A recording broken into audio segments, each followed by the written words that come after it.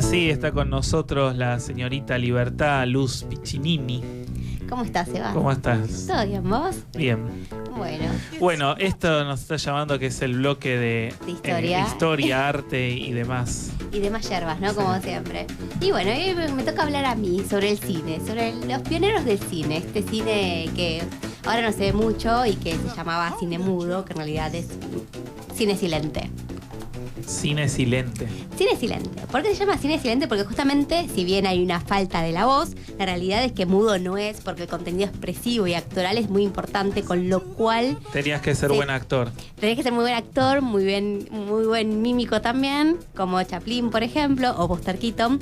Pero la realidad es que lo único que le faltaba era la voz. O sea, todo lo demás se complementaba, o sea, la falta de voz se complementaba con todo lo otro que venía en este aparato de cine, esta industria cinematográfica. De cierta manera era por una falencia técnica que en ese momento... En ese momento sí. Al principio sí, pero en realidad era porque los avances técnicos, como siempre, venían dados de la mano de la fotografía. O sea, recordemos que la fotografía fue lo primero que en realidad hace que las imágenes sean en movimiento. El tema está que, bueno, justamente estos avances técnicos, cerca de 1888, que fue la primera persona que logró grabar a través de una cámara imágenes impresas en papel, fue Louis Le Prince. Y bueno, y después en 1895 estos videos de Louis Le Prince duran 2 segundos, o sea que no duran nada prácticamente. Los que sí le dan una vuelta de tuerca son los hermanos Lumière, tan conocidos, que fueron los pioneros del cine. Pero ¿por qué? ¿Qué pasaba? Ellos venían ya desde la fotografía, trabajando con la fotografía, y además crean las convenciones justamente del género. Estas imágenes justamente en movimiento, que cuentan y narran una historia, que vienen también de la cámara oscura, de la linterna mágica, de un poco de los gabinetes estos de curiosidades que usaban en esa época.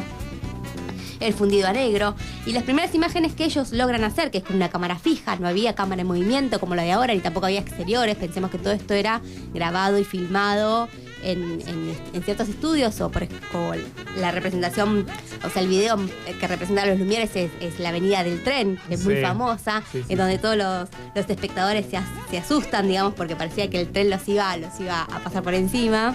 En realidad, bueno, es esto, es un avance técnico. Y lo que hacen, bueno, es esto, un poco de unas imágenes que son documentales, ¿no?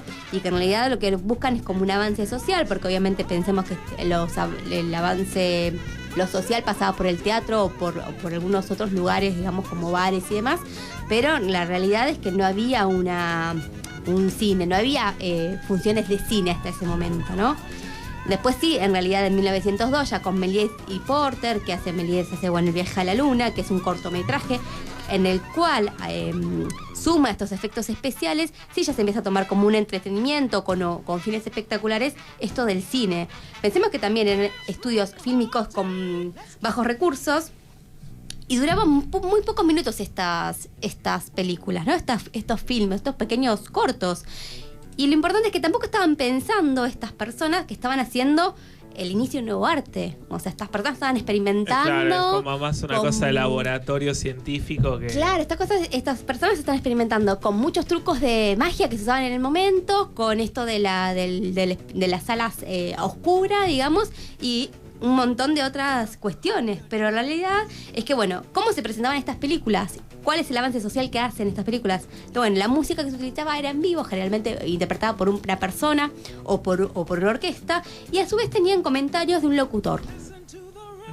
Generalmente cuando uno traía esas latas, que se siguen llamando latas, con el film, venían acompañadas con la música escrita en partitura, que tenían que interpretar las orquestas, y en determinado, bueno, respetando los silencios, los minutos, etcétera.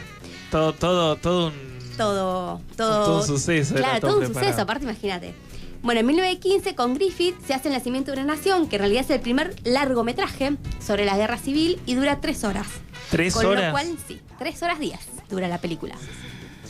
Con lo cual, bueno, obviamente tenía un mayor presupuesto, cumple con una narración completa, esto de que sí hay una trama, digamos, en la historia que se puede ir siguiendo. es el principal creador y se lo reconoce a Griffith como el creador del lenguaje cinematográfico porque incluye el primer plano, el flashback, o sea, el flashback son los recursos que se utilizan para ir al pasado. Sí. Digamos, esto de, por ejemplo, cuando hay amor en la chimenea, la famosa chimenea que se prende fuego. Bueno, esos son todos recursos que se combinan con diferentes técnicas. Claro. Tal cual. Y bueno, lo que reproduce en realidad es una reproducción justamente de la realidad. Y lo que tiene es que también tiene poca capacidad del público. Imagínate que estas salas son muy pequeñas. El despegue más rápido del cine, o sea, o su bella época, digamos, del cine, son en 1920, 1918, después de la Segunda Guerra Mundial, es cuando se empieza a establecer en Estados Unidos, porque pensemos que estemos hablando siempre de Estados Unidos como pionero, ¿no? Porque si bien Lumière era francés y demás, la realidad es que en Estados Unidos se fortifica, digamos, la industria cinematográfica. Entonces, es increíble porque puede intervenir como el contexto histórico. Mientras en Europa están en guerra, en Estados Unidos estaban haciendo cosas. Tal cual. Bueno, justamente estos diferentes elementos sonoros, como hablábamos de la voz en off, del locutor y de la persona y de la orquesta, lo que se suma es este fotograma con la impresión de lo que se iba a decir, lo que iba aconteciendo, ¿viste? Por ejemplo, cuando pasa algo que dicen, uy, se golpeó, ponele hueso. Bueno, eso también sucede posteriormente. Y después no está eso de las imágenes y de repente que ponían el cartel, el fotograma, claro, el fotograma con esta impresión de lo que estaba ocurriendo, lo que estaba aconteciendo. Por eso se dice que el lenguaje de la voz, digamos, es diferente en el cine sonoro que en el cine mudo, pero no, que no es mudo. El cine mudo no es mudo, o sea, es silente, no hay voz, no hay... Claro, no son mudos los que... Claro, pero todo lo demás, bueno, estaba menos... Y bueno, y justamente lo que se obtenían, lo que querían obtener es que estos resultados esperados se obtenían obviamente, y esta como impresión de los espectadores por la utilización de los recursos y de las posibilidades y de las diferentes posibilidades expresivas que se utilizaban, ¿no? Justamente después de la Primera Guerra Mundial y hasta 1929, recordemos que es la caída de Wall Street en 1929, Hollywood experimenta este gran desarrollo y esta fortificación de la industria del cine. Primero porque articula los tres sectores, tanto la de producción como distribución y de exhibición de las películas en cine. ¿Qué quiere decir esto? Cada estudio, digamos, como MGM, que eran los más importantes, eran MGM, la Paramount y el 20th Century Fox. Estos tres estudios tenían sus propias salas. O sea, no es como ahora que vos vas a Hoyts, vas a Cinemark o vas a, no sé, Multiplex de Belgrano y conseguís la misma oferta de películas. Sí. O parecidas por ahí. Quizás uno las estrenan, generalmente todas se estrenan al mismo momento, pero por ahí están en cartelera más tiempo en uno que en otro. Claro. En la realidad es que acá tenían su propia sala. O sea, si vos querías ver una película determinada, tenías que ir a esa sala determinada. O sea, el propio estudio, la propia productora tenía su propia sala donde se pasaba la película. Después hay dos.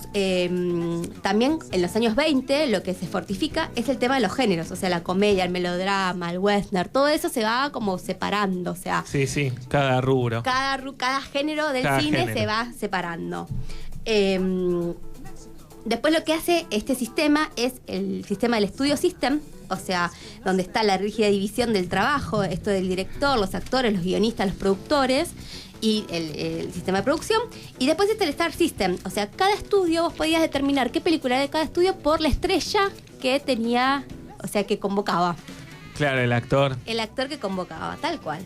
Entonces, justamente este sistema de estudios, y el MGM, por ejemplo, el MGM se basó después en los musicales y en las románticas. Ya estamos hablando pasado ya 1932 quizás, donde el cine americano pega mucho más fuerte, donde este sistema de estudio ya se empieza a hacer la comedia, el cine sonoro, ¿no? Porque hasta comienza a hacer algo como ya fuera de los Estados Unidos para convertirse en Paramount en las históricas, o sea, se basa en las comedias históricas y en las comedias y en las películas históricas. Sí, después en realidad lo que pasa después de los años 20 es que este sistema que se estaba hablando todo el narrativo, como el romántico, pensemos en la película Por ahí lo que viento se llevó, que es la más conocida y la que todo el mundo puede reconocer. Hermosa película. Hermosa película, que es la más romántica, así emblemática. Pensemos que después fueron rotas por todas las vanguardias, o sea, estuvo el futurismo, el dadaísmo, el surrealismo, el expresionismo alemán, la vanguardia rusa, que es a través del montaje, el cine italiano, el realismo italiano.